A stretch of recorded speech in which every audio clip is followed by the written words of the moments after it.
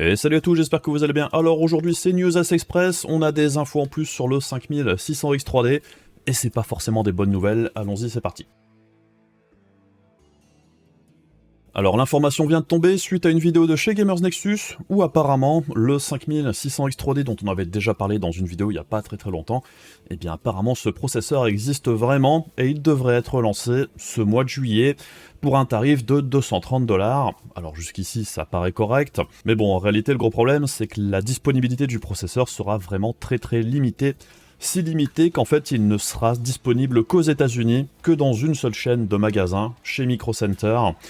Et en réalité, même là, il devrait y avoir qu'un seul run de production de ce processeur. Et si on regarde sur le site de Micro Center, eh bien effectivement, le processeur sera disponible à la vente le 7 juillet, au détail, en boîte, sans ventilateur apparemment pour 230 balles, et également dans une config. Et la question qu'on peut se poser ensuite, c'est pourquoi est-ce qu'AMD a procédé de la sorte? Bon, de ce qui a été dit dans la vidéo de chez Gamers Nexus, c'est surtout qu'apparemment ce serait un processeur créé avec les processeurs défectueux en fait des 5800X 3D, et il n'y en aurait pas tant que ça, tout du moins pas suffisamment pour en faire une nouvelle puce disponible dans le monde entier. Et c'est vrai que c'est un petit peu dommage, puisque jusqu'ici on n'a pas vraiment eu de processeur 6 corps en X3D, en dehors d'un 5900X 3D dont on aurait désactivé les 6 corps non 3D VCache. Et c'est vrai que pour la plateforme AM4, ça aurait permis d'avoir une autre option que le 5800X 3D, uniquement dédié au gaming, un petit peu moins cher. Alors 230$ chez nous, ça aurait plus été aux alentours des 250€, et c'est vrai que quand on trouve déjà le 5800X 3D à 290 balles en ce moment, bon, ça aurait pu intéresser certaines personnes, mais je pense qu'il aurait été plus intéressant s'il s'approchait des 200€ plutôt que des 250. Puisque personnellement, pour 30 balles de différence, je préfère prendre le 5800X 3D plutôt que ce 5600X 3D ici à ce tarif-là. Bon alors personnellement, je trouve que c'est une bonne chose de vendre ces processeurs en partie défectueux, mais c'est vrai que de la façon dont c'est fait, c'est un petit peu étrange. Alors, peut-être, après on pourrait se dire aussi, peut-être qu'AMD tâte le terrain quelque part pour voir si ce type de processeur peut trouver un certain public. Personnellement, j'ai envie de dire oui.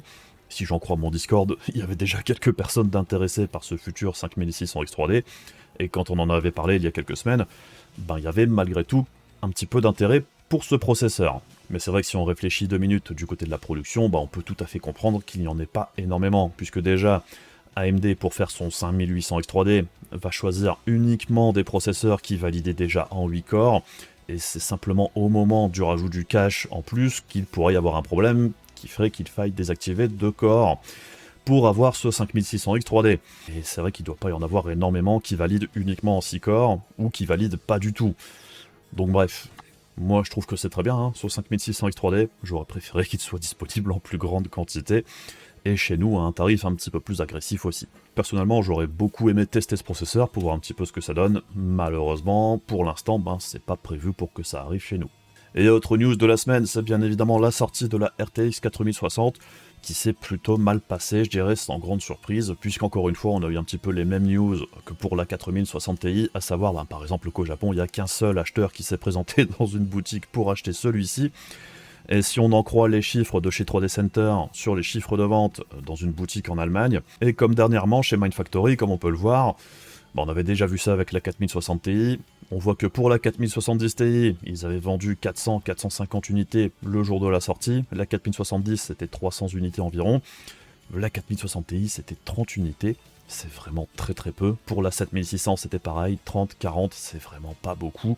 Et là, pour la 4060, c'est encore pire, c'est seulement 10. Enfin, c'est une catastrophe. Et c'est vrai que quand on voit ces chiffres, et j'ai l'impression que c'est un petit peu la même chose partout, bah, la carte n'intéresse tout simplement pas grand monde, tout simplement parce que sur le marché, bah, on trouve déjà des GPU plus ou moins au même niveau de performance depuis très longtemps à un tarif similaire, voire maintenant même moins cher. Et dans l'ensemble, hein, bah, cette nouvelle carte graphique n'apporte pas grand chose de plus qui fait qu'on aurait envie d'acheter celle-ci plutôt qu'une autre. Et c'est là aussi qu'on voit que sur l'entrée de gamme, bien le tarif est vraiment hyper important, beaucoup plus que sur les gammes plus élevées.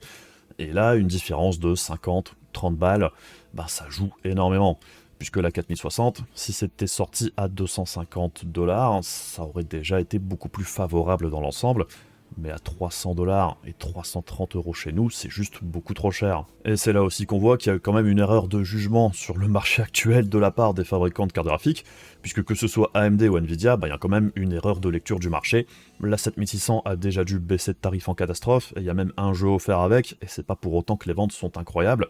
Ben pour la 4060, je dirais c'est encore pire, elle est plus chère que la 7600 à sa sortie, et comme la 7600 a déjà baissé de tarif, et la 4060 on n'a pas de jeu offert non plus, ben c'est quand même hyper compliqué hein, de trouver cette 4060 intéressante d'un point de vue performance-prix, et surtout, du point de vue prix lui-même, ben c'est pas adapté au marché actuel. Donc bref, moi tout ce que j'espère, c'est que cette série de sorties de cartes graphiques, la 4060 Ti, 8Go ou 16Go, où ça devrait pas se passer beaucoup mieux à mon avis, la 4060 ou la 7600, ben que ça permette quand même aux marques de se rendre compte qu'il y a un truc qui va pas, hein, puisque normalement ce sont des GPU hyper populaires, qui sont plutôt attendus, et c'est normalement ceux qui se vendent le plus, et quand on voit que ça se vend beaucoup moins qu'une 4070 Ti par exemple, il y a quand même un truc qui va pas. Alors après, je pense que la 4060, quoi qu'il arrive, devrait se retrouver dans énormément de PC préassemblés, dans les supermarchés et compagnie, donc quoi qu'il arrive, la carte devrait se vendre en grande quantité, dans les PC portables également,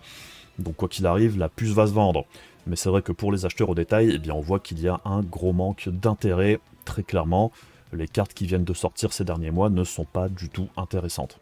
Et autre news vite fait, plutôt intéressante pour certains d'entre vous peut-être, eh bien c'est que le Steam Deck est en solde actuellement. Alors il y a une baisse plus ou moins importante selon la version du Steam Deck qui vous intéresse.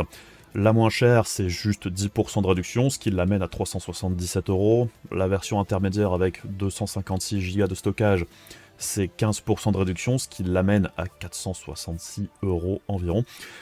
Et pour la version la plus chère, eh bien on passe à 543 €, une baisse de 20%, ce qui est une baisse plutôt appréciable.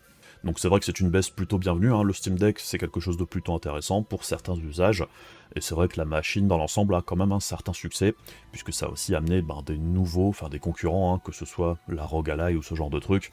Donc de voir que le prix du Steam Deck baisse, c'est plutôt cohérent aussi, hein, puisque maintenant on commence à voir apparaître d'autres produits plus performants, certes un petit peu plus chers pour l'instant, mais c'est vrai que une baisse du Steam Deck, c'est plutôt cool. Et pour terminer ces news assez express, on a également Intel qui a sorti des nouveaux drivers pour ses cartes Arc. Alors c'est sorti le même jour que la sortie des tests de la 4060. Malheureusement, j'ai pas pu mettre à jour mes chiffres pour le test. Alors j'avais pris les nouveaux chiffres le matin avant la sortie des tests, j'ai pu les rajouter dans mes slides qui sont dans une vidéo à part dans mes tests maintenant.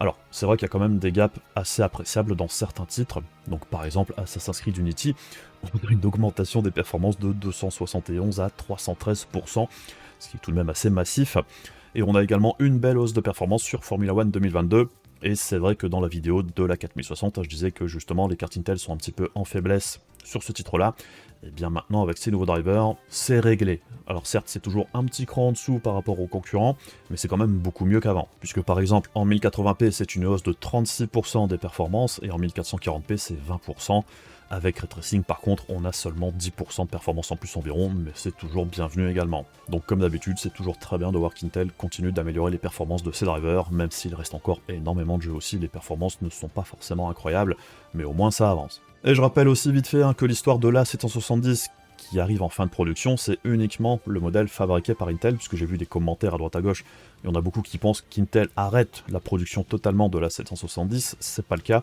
c'est uniquement les cartes fabriquées par Intel. Par contre, les cartes qui sont fabriquées par Acer et les autres partenaires continuent d'être produites et devraient toujours se retrouver sur le marché. Après, le problème, c'est que c'était très clairement les cartes fabriquées par Intel qui étaient les plus facilement trouvables, et aussi très souvent les moins chères, donc les plus intéressantes. Et de ce qu'on entend dire au niveau des rumeurs, Intel prépare aussi la prochaine génération de GPU, Battlemage, qui devrait arriver pour 2024. Enfin bref, c'est tout pour moi pour aujourd'hui. Dites-moi si vous aimez ce type de format avec des news un petit peu plus rapides, un petit peu moins longues. Là, c'était quand même intéressant de parler du 5600 X3D puisque l'info venait de tomber tout simplement.